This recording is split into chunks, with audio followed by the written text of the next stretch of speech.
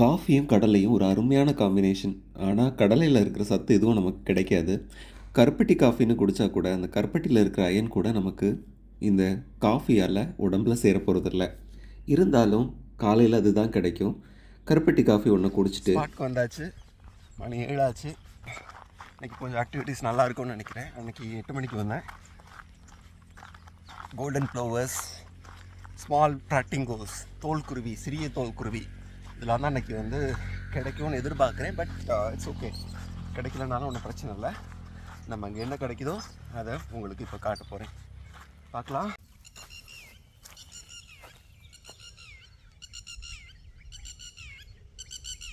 ஆட்காட்டி பறவைன்னு தமிழில் எவ்வளோ பொருத்தமான பேர் வச்சுருக்காங்க பாருங்கள். உள்ள நுழைஞ்சதுமே எவனோ ஒருத்தர் உள்ளே வர்றான்டான்ட்டு ஒட்டுமொத்த காட்டுக்கும் அனௌன்ஸ் பண்ணுறாங்க. அவங்க பிரச்சனை அவங்களுக்கு என்ன, போகிற வழியில் எங்கே வேணாலும் முட்டை வச்சு வச்சுருவாங்க. நாம் தான் பார்த்து நடந்தாகணும்.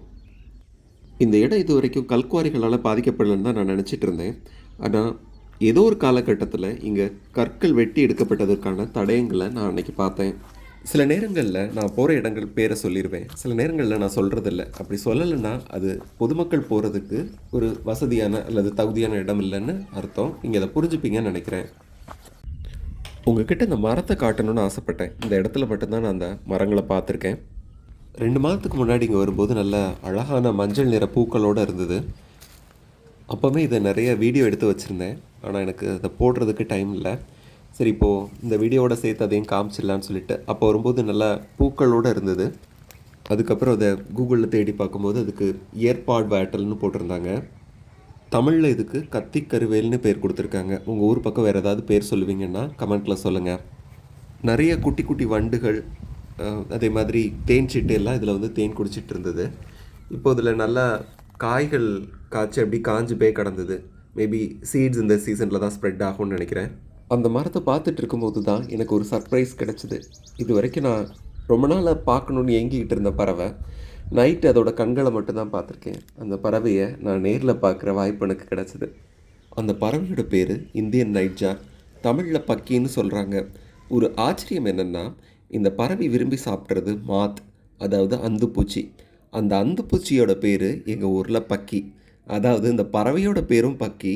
அது விரும்பி சாப்பிட்ற உணவை சில இடங்களில் பக்கின்னு சொல்கிறாங்க. விவசாயத்தில் அந்துப்பூச்சிகளால் எப்போதுமே தொல்லை உண்டு.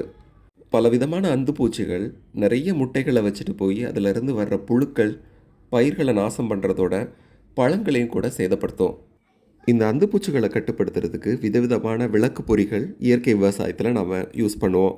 அதே மாதிரி இந்த புழுக்களை கட்டுப்படுத்துறதுக்கு நிறைய விதவிதமான பூச்சி மருந்துகளை, அதுவும் உடம்புக்கு கேடு தரக்கூடிய பூச்சி மருந்துகளை விவசாயிகள் யூஸ் பண்ணுவாங்க. ஆனால் இயற்கையோட வினோதத்தை பாருங்கள். அந்த மாத்தை சாப்பிட்றதுக்கு அந்த மாத்தோட நிறத்திலேயே ஒரு பறவையை படைச்சிருக்கு. இந்த பறவைகள் ஊருக்கு ஒதுக்குப்புறத்தில் தேவையான அளவுக்கு இருந்ததுன்னா நம்ம இந்த மாதிரி பூச்சி மருந்துகள் உபயோகப்படுத்துகிறதையும் விளக்கு பொறிகளுக்கான செலவையும் நம்ம கண்டிப்பாக கட்டுப்படுத்த முடியும். ஆனால் இந்த பறவைகளோட எண்ணிக்கை நாளுக்கு நாள் குறைஞ்சிக்கிட்டே தான் வருது. இன்றைக்கி நல்லா அழகாக பாறையில் உட்காந்துட்டு இருக்குது. சில நேரம் மண்ணோட மண்ணாக மறைஞ்சிருக்கோன்னு சொல்லுவாங்க. அதனால் நம்ம கண்ணுக்கு அது பக்கத்தில் இருந்தால் கூட நமக்கு அதை பார்க்க முடியாது. இது இரவு நேரங்களில் அந்த பூச்சிகளை வேட்டையாடும். பகல் நேரத்தில் இந்த மாதிரி அதுக்கு பார்வையும் மங்கலாக தான் இருக்கும். அந்த பாறையிலையோ இல்லாட்டினா தரையிலையோ உட்காந்து ஓய்வு எடுத்துகிட்டு இருக்கோம். சரி, இதை நம்ம அதிகம் தொந்தரவு பண்ண வேண்டாம், அடுத்த இடத்துக்கு போகலாம். வெயில் ரொம்ப சீக்கிரமே வர ஆரம்பிச்சிருது. அதனால் பறவைகளோட நடமாட்டமும் சீக்கிரமே குறைஞ்சிடும். நம்ம காலையில் 5:30க்கெல்லாம் ஸ்பாட்டுக்கு வந்துட்டால் தான் கொஞ்சம் நிறைய பறவைகளை பார்க்க முடியும். இது எனக்கு ட்ராவல் பண்ணுறதே 1.5 மணி நேரம் ஆகிடுது. அதனால் முதல் நாள் நைட்டும் நம்ம ரொம்ப லேட்டாக தூங்குகிறோம். அதனால் காலையில் எந்திக்கிறது கொஞ்சம் கஷ்டமாக தான் இருக்குது. அடுத்தது நம்ம பார்க்க போகிறது பட்டாணி உப்பு கொத்தி.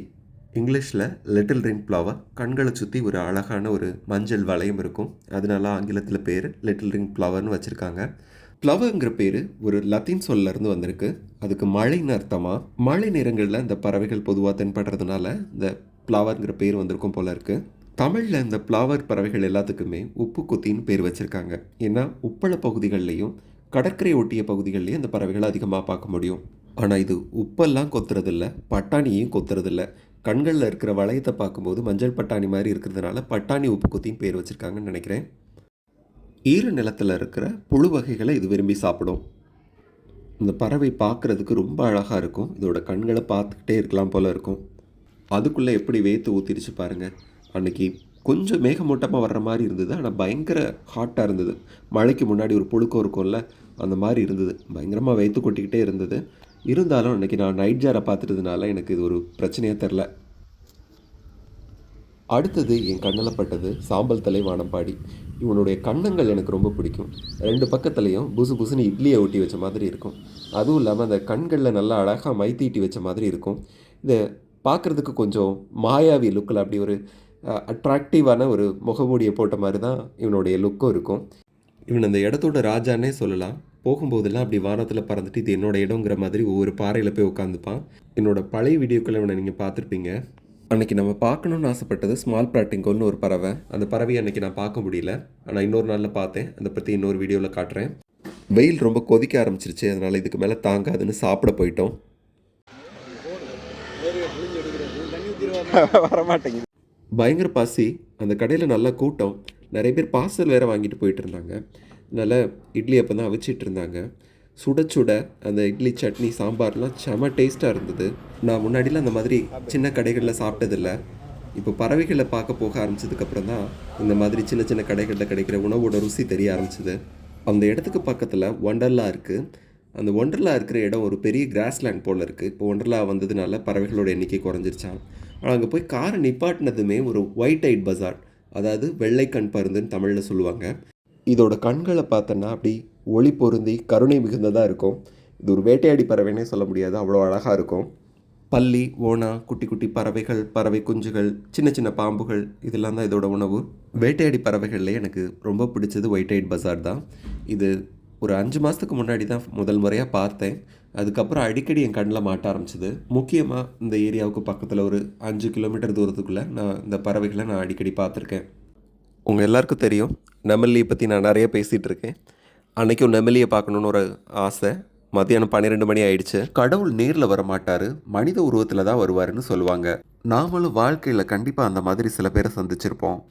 ஆனால் அப்படிப்பட்ட மனிதர்களோட எண்ணிக்கை குறைஞ்சிக்கிட்டே போய் கடைசியில் உலகத்தில் நல்லவங்களே இல்லாத நிலைமை ஏற்படும். அப்படிப்பட்ட நிலைமை ஏற்படும் பொழுது இன்னொரு மனித அவதாரம் எடுத்து கடவுள் ஒரு புது உலகத்தை படைப்பாருன்ட்டு கல்கி புராணத்தில் இருக்குது. அந்த கல்கி அவதாரத்தில் கூட ஏன் மனிதனாக பிறக்கணும்ன்ட்டு கடவுள் யோசிப்பாருன்னு நான் நினைக்கிறேன். ஏன்னா மனிதர்கள் அந்த அளவுக்கு சுயநலம் படித்தவங்களாக மாறிட்டோம். எவ்வளவு தெய்வங்கள் இருந்தாலும் குல தெய்வமும் குடும்ப தெய்வமும் கிராமத்தில் இருக்கிறவங்களுக்கு நெருக்கமான கடவுள்களாக இருப்பாங்க. தெற்கத்தி ஊர்களில் எத்தனையோ கிராமங்களுக்கு ஐயனார் தான் காவல் தெய்வம். நான் காமிச்சிட்டு இருக்கிற இந்த பறவையோட பேர் கிரேட் திக்னி. இவனோட கால்கள் பார்க்கறதுக்கே வலுவாக இருக்கிறதுனால வல்லுநர்கள் இவனுக்கு இந்த பேர் வச்சுருக்காங்க. ஊரோட காவல் தெய்வம் ஐயனாருங்கிற மாதிரி இந்த நிலத்துக்கு இவனை அடையாளமாக சொல்லுவாங்க. பறந்து விரிஞ்சிருக்கிற நெம்மல்லி உப்பங்கழி பகுதிகளில் அந்த குறிப்பிட்ட பகுதிகளில் தண்ணீர் சுத்தமாக வற்றி போச்சு. இருந்தாலும் அங்கே என்ன நடக்குதுங்கிறதுக்காக நான் பார்க்குறதுக்கு போயிருந்தேன்.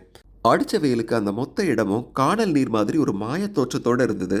எத்தனையோ நாட்கள் நான் தேடி தேடி அலையும் போதெல்லாம் என் கண்ணில் மாட்டாத இந்த கிரேட் திக்னி வீசிய மணல் புயலுக்கு நடுவில் ஒரு பெரிய உருவமாக எனக்கு மிக அருகில் அகன்ற கண்களோட முகத்தில் மீச மாதிரி இருந்த ஒரு கருப்பு வண்ணத்தோட இவனை முதல்ல பார்க்கும்போது ஐயனாரே இந்த நிலத்தை காப்பாற்றுறதுக்கு பறவை உருவம் எடுத்து வந்துட்டாரோங்கிற மாதிரி தான் இருந்தது.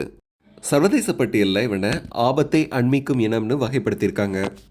கரையோரங்களில் இருக்கிற நண்டு மாதிரியான உயிரினங்களை சாப்பிட்றதுக்கு ஏற்ற மாதிரி அழகாக வளைஞ்சிருக்கிற ஒரு அழகு இருக்குது பாருங்க. இரவில் சுறுசுறுப்பாக ஏங்கி உணவு தேடிட்டு இருக்கிற இவன் பகல் நேரங்களில் நம்ம கண்ணுக்கு தெரியாத மாதிரி அவனோட உடல் நிறத்தை ஒத்திருக்கிற மணற்பகுதிகளில் மறைஞ்சு ஓய்வெடுத்துட்டு இருப்பான். இப்படிப்பட்ட ஒருத்தனுக்கு சென்னையில இருந்த ஒரு அழகான இருப்பிடம் தான் நெம்மல்லி உப்பங்கழி பகுதி. இந்த பறவைகள் எல்லாம் தோன்றி பல்லாயிரக்கணக்கான வருடங்களுக்கு பிறகு தோன்றியிருக்கிற நாம நிலங்கள் எல்லாம் பட்டா போட்டு நம்ம பேரில் எழுதிட்டு இருக்கோம். ஆனால் நம்ம மூதாதையர்களான இவர்களுக்கு இருக்கிற கொஞ்ச நெஞ்ச பூமியையும் வளர்ச்சிங்கிற பேரில் அழிச்சுக்கிட்டு இருக்கோம். இந்த இடம் கையை விட்டு போனது தான்.